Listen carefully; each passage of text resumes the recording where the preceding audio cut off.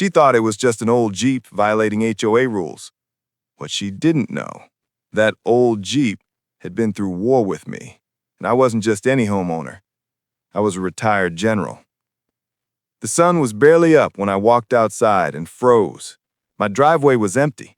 My military Jeep, the same one I had driven overseas and kept polished like a trophy of service, was gone. At first, I thought maybe my son had borrowed it, but the truth slapped me when I spotted a bright orange HOA violation slip taped to my door. Unauthorized vehicle removed. My blood boiled. That Jeep wasn't some junk car. It was a decorated veteran just like me. I stormed down to the HOA office where Karen, the self-proclaimed queen of the neighborhood, sat smugly behind her desk. "Your Jeep was an eyesore," she sneered. "We don't allow military relics cluttering driveways." I leaned in, voice low and sharp. That relic carried soldiers through fire. It carried me. You made a mistake. Karen rolled her eyes. "Rules are rules. If you want it back, pay the $2,000 impound fee." I didn't argue. I simply pulled out my phone and made a call. Minutes later, the rumble of engines shook the street. 3 black SUVs pulled up, and out stepped men in uniform, my former aides, now working at the local military base. Karen smirked managed as the men saluted me. "General, we received your call, ready to assist."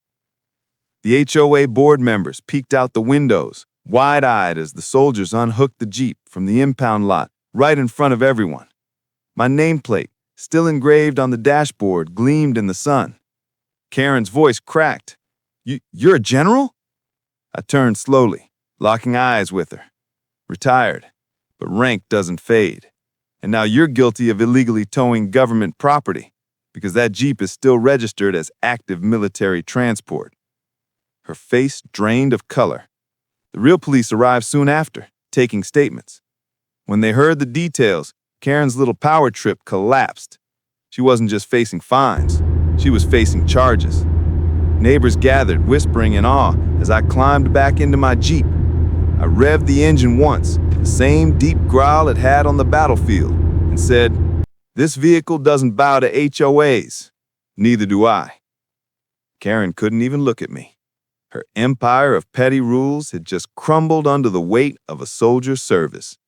I am Liam, and trust me, the next HOA story is even worse. Subscribe now.